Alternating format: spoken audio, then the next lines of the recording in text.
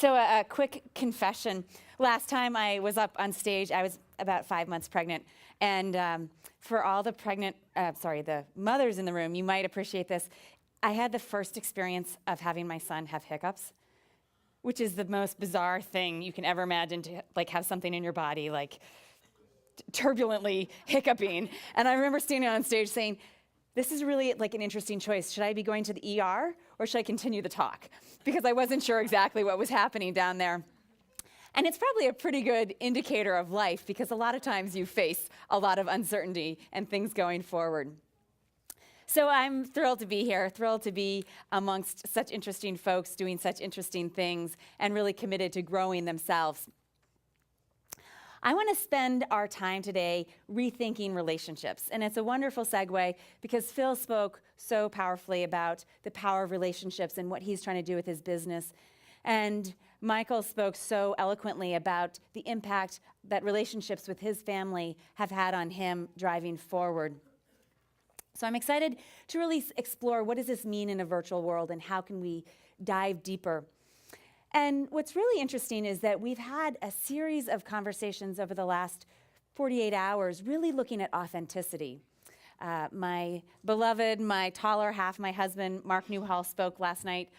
He runs an executive search practice called Ideal Wave Solutions, spoke on how do you really hack interviews by driving into authenticity, both as the talent and as the company. For those who were here last night, you heard Andy Stefanovich captivate us with stories about how you can really inspire creativity by design, by demand, and by delight. And it was really captivating. And then Kevin really left us with a wonderful seed last night. Kevin Adler of Entangle Ventures spoke about how that vulnerability and authenticity is almost a necessary precursor for collisions to happen in a really powerful way. So I want to build on that today and really dive a little bit deeper, linking that to this idea of collisions, co-working, and connections, but broadening what's happening here in the Downtown Project to really exploring how do you do that when we move away from face-to-face interactions? What is essential to start to cultivate those in this virtual world that we're living in? So my outcomes for today are that you walk away rethinking relationships. What is an effective relationship? How do I go deep fast? How do I really engage people in a purposeful conversation that's going to inspire, excite, ignite something new and going forward? And then finally, how do I continue those when I'm in a virtual world? How do I continue to remain relevant when I don't see people face to face on a daily basis? So I too heard the little pitch, go vulnerable, share a little bit about yourself. And this is an image of my heaven on earth. It's a lake in the geographic center of New Hampshire where I was really blessed to grow up barefoot, running around chasing my older cousins. It's a cabin where, like, when the wind blows, it comes right through the walls, very rustic. And what I realized as I got older, going through lots of different experiences, was that this place was a place where I plugged myself in. It was like showing up there, my soul would just be filled in a way that was like no other place on the earth for me. And you'll notice the red leaves because it's New England, and who doesn't love New England in the fall?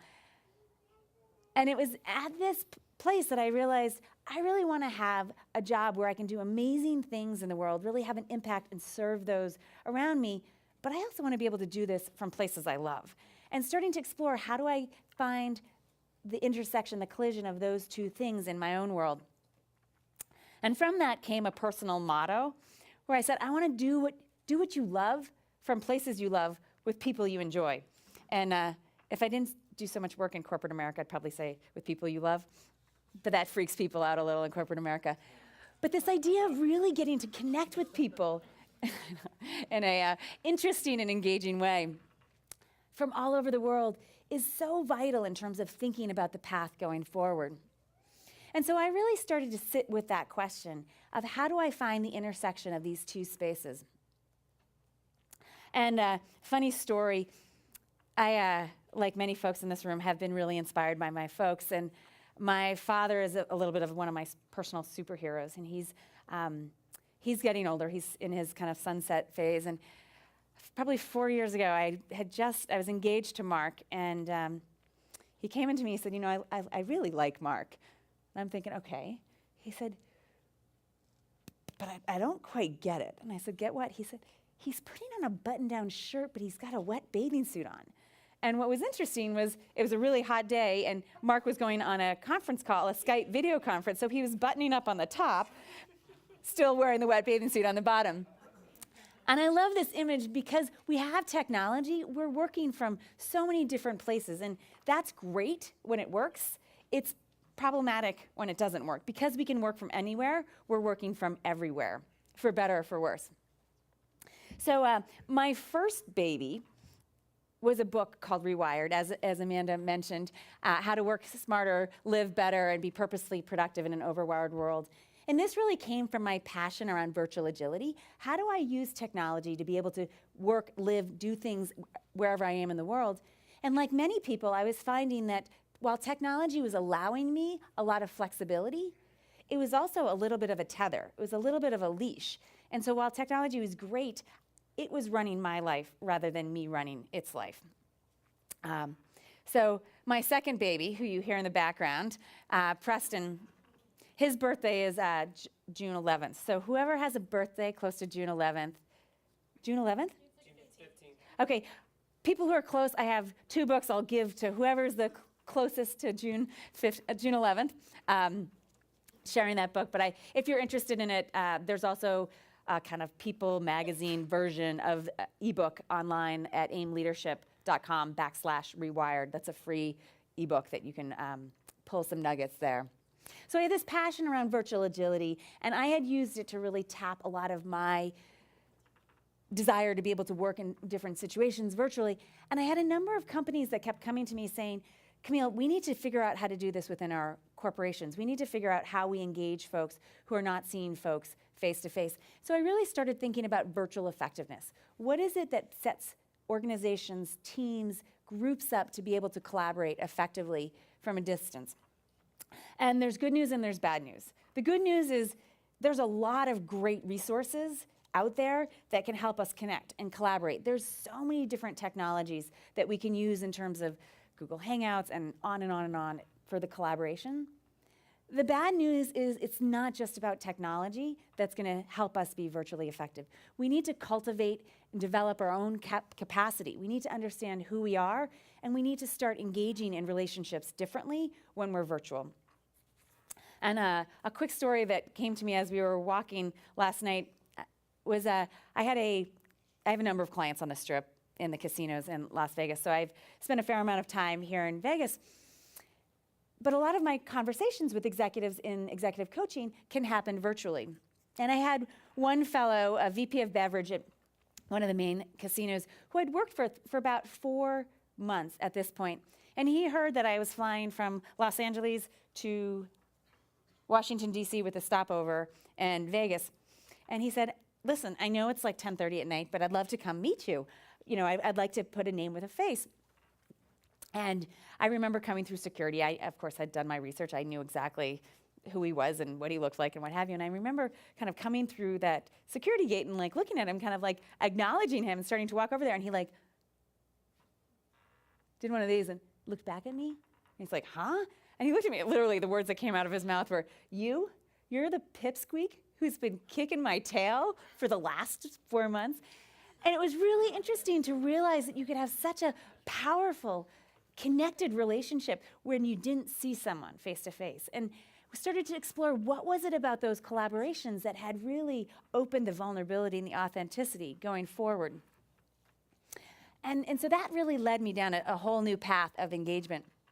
And this is usually about the point where I have some people start to say, well, I don't work in a virtual organization. This doesn't apply to me. And I would argue that pretty much every single organization out there, regardless of how much of a brick and mortar business you have, is a virtual organization. For example, all the casinos on the Strip, they have shift work. There's people that work the AM shift that don't know the midnight shift. There's organizations which are large, have brick and mortar buildings, but people on the 5th floor don't know anyone who's on the 4th floor. And there's organizations where people sit across a desk and they tweet and text each other rather than interacting. And what's really interesting is we're just at the tipping point. We're right about here in terms of how this is going to change our relationships. So folks who are really passionate about this and are cultivating themselves, their skills, their capabilities, their engagements, are really going to be at the forefront as the changes unfold going forward. So you heard a little bit about my personal mission, do what you love from places you love with people you enjoy. I want to talk a little bit about how technology is changing us, talk a little bit about work trends, talk about how influence is shifting and values, and then give you some ideas for thinking about how do you effectively accelerate relationships going forward. So we know that technology is changing how we're engaging. And I recently had an experience. I was out in San Francisco doing some work, seeing some clients, seeing my sister before a client wedding. And I was so amazed. I was on the Larkspur ferry from Marin into the city and back. And I don't know how many people have taken that ferry. It's absolutely stunning. It's a gorgeous way to commute. But what amazed me is that every single person on that ferry, and I looked around and I literally counted folks, was doing this in the morning. There was not a single interaction that was happening on the ferry. And I got back on the ferry in the evening, and I would say probably 75% of people were doing this. And it's interesting because I've heard people who've commuted on that ferry for years talk about the friendships that used to evolve, the relationships that used to happen. People would have cocktails every single night on the way home, and now people are deeply, deeply involved. And that's not just San Francisco. That's every city. That's every place that I've been, is people get really driven into their technology. So it's changing who we connect with. It's changing how we connect. It's changing what we see in other people's lives, how people share it. We were in Sedona with some friends, and I met this really interesting fellow. His name's Alex Banyan. He's a 18-year-old VC, or he was at the time, one of the youngest VCs out there. He said, you know, Camille, here's the deal. With technology, we compare our bloopers with everybody else's highlight reels. And it leaves everybody feeling like they're living a pretty crummy life. And so while technology is great because we can connect with so many people, it has this false sense of connectivity and false sense of relationship. So we really need to start to think, how is it that we want to use technology to drive the changes we're having in our workplace? And thinking about, so what does this mean in terms of how we're connecting with folks? How are we actually connecting with a person rather than, who are you, what can you do for me, how can you do this quicker? So the first thing that's really changing is technology, and then thinking about how we're changing in the workforce. What is the workplace, what's happening in the workplace? And there's so many changes here. We see,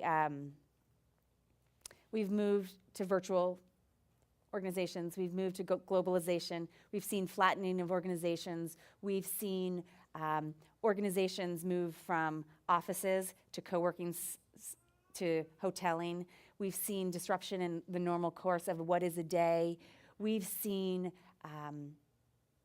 people move from having a job to having a gig, and what's coming is what they call micro-jobbing. People are gonna have micro-jobs, like they're gonna have 8 to 10 different jobs that they have at one point in time, which is gonna be great because you're gonna be doing work that's really exciting to you if you remain relevant, if you have the relationship, but it's gonna have a significant cost to your connections, your endurance over time, your sense of certainty, your sense of managing stress. So these changes always have a sunny side and a little bit of an underbelly. We're seeing relationships happen where significant deals are happening with people who couldn't even identify someone if they walked into the same room. They might not even have had a conversation with someone, so they don't even have voice recognition to engage. And it's really important to start to think, okay, what does that mean in terms of how we engage, how we connect? A number of folks were really lucky. This morning we had a wonderful conversation with Dr. Dana Arty, who is a cultural anthropologist, and she just released a book called The Fall of the Alphas. And she speaks so eloquently about how hierarchical organizations, alpha organizations that really value the person at the top, are disappearing. And what we're starting to see is what she calls beta organizations, which are connected, collaborative, engaged, communication, relationship. And this is very consistent with where we're headed going forward. It used to be that the person at the top of the ladder, this was power, this is where we're going. And what we're starting to see is that the values are shifting.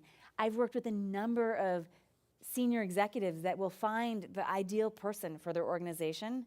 They will offer them what they think is an incredibly generous package, and they will have the applicant turn them down because it doesn't offer them the job flexibility. They love the work that they're going to do, but they want to do it from a place like this, or they want to be able to snowboard during the day and work in the evening. And so we're starting to see technology really disrupting how businesses are thinking about how business is being done.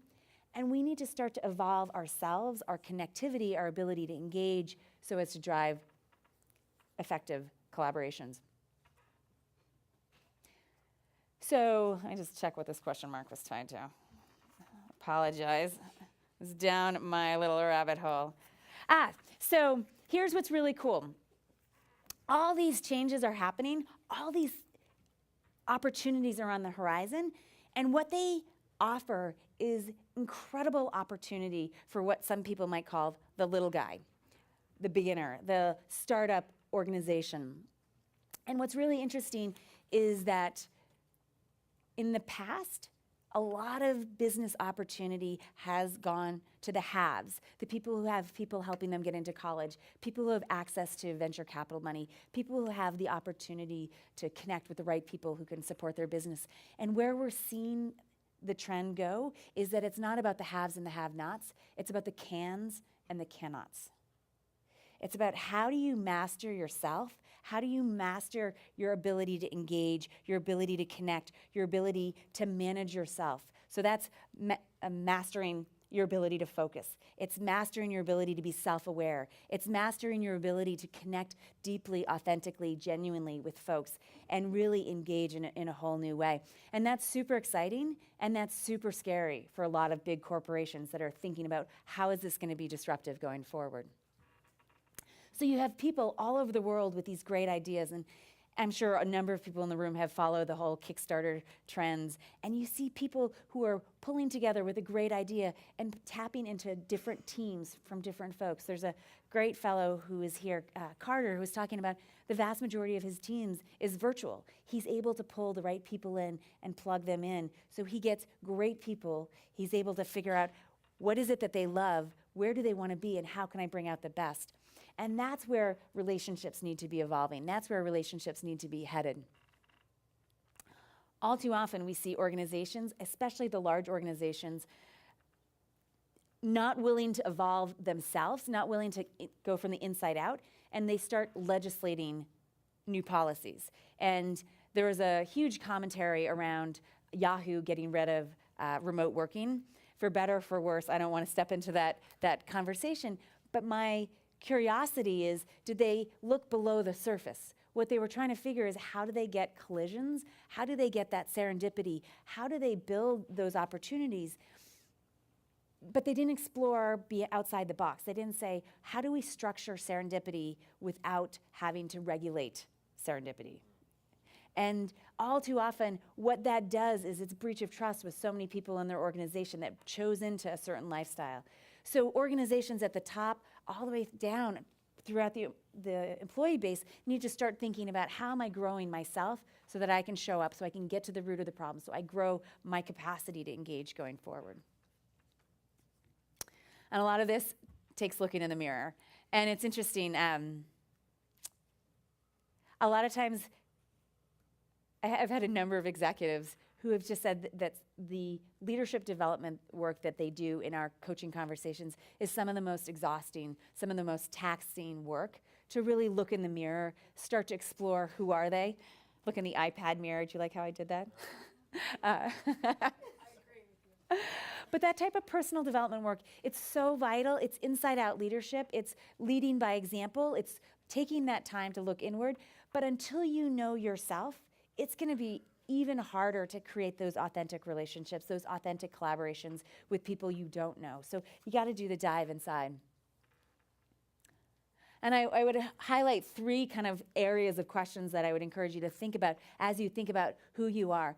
First is really thinking about where am I at my best? What positions me for success? How do I optimize my life so I can jump into flow when I choose to, that I'm doing the work that I love and I feel that energy? What are the best ways to work with me? If you could show up with every single person you connect with on a new project and say, hey, here's the rules, here's the playbook for working with me, how powerful would that be if people had that set of information of, Camille likes to work in the morning. She does her best thinking at 5 in the morning. She goes out for a run about 6 in the morning. So if I want her to think deeply on a challenge that I'm having, I know I need to get that in her inbox by 5:30 in the morning. So she's going to think about that and she'll call me when she gets home and be able to share that nugget. That'd be really powerful to know about your colleagues, right? So I need to know that about myself so that I can then share it forward with other folks. And then the third component is really about what matters most. So how do you engage yourself, and how do you start to share that with other folks so that they know how to engage? And it's really interesting to me, having worked all over the world with executives, how little people share of themselves. And Dr. Artie spoke about an activity, which I call pivot points, she calls timeline, about talking about those experiences that have really captivated who you are and really crafted your experiences. And it's a really powerful exercise to look backwards and say, what's created me? What are those moments that have transformed me? And more often than not, people find that the greatest hardships have really crafted them. And so a lot of times I'll work with executives and we'll have these powerful conversations about those pivot point moments that have really shaped their soul.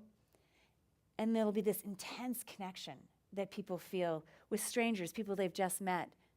And at the end of the activity, I'll often say, so I'm curious, how many have shared this with their team at the office?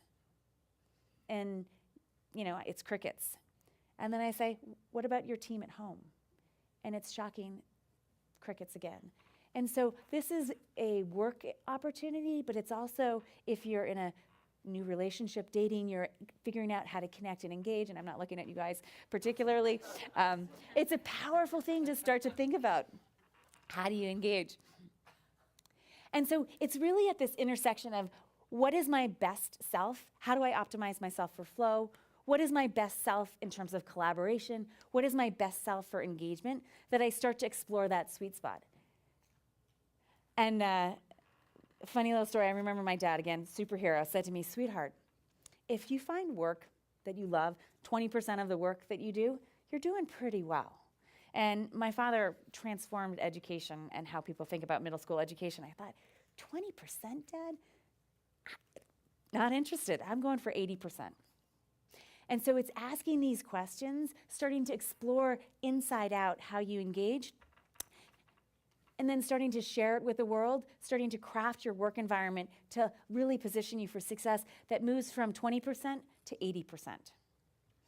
And so we have a whole technology we developed, we call it the Effective Relationship Accelerator. It's really how do you uncover that personal rule book, those ways of engaging, those ways of connecting deeply with yourself, with the people in your immediate environment, with your virtual team. And it's our passion to figure out how do you help more people do what they love from places they love with people they're courageous enough to say they love. And so if you're really interested in the Effective Relationship Accelerator, feel free to send me an email. I'd be happy to share some of the resources that we've created, share what we're looking to build, and would love to hear your feedback. And with that, I want to thank Amanda for a wonderful week at Catalyst, and I very much look forward to the opportunities to connect deeply with you all and figure out how I can help you accelerate relationships and have that virtual authenticity going forward. So thank you.